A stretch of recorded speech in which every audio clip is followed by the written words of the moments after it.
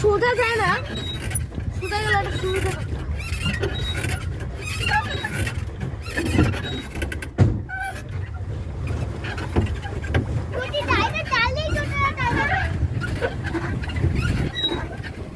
এই সাইড করতে থাকবো,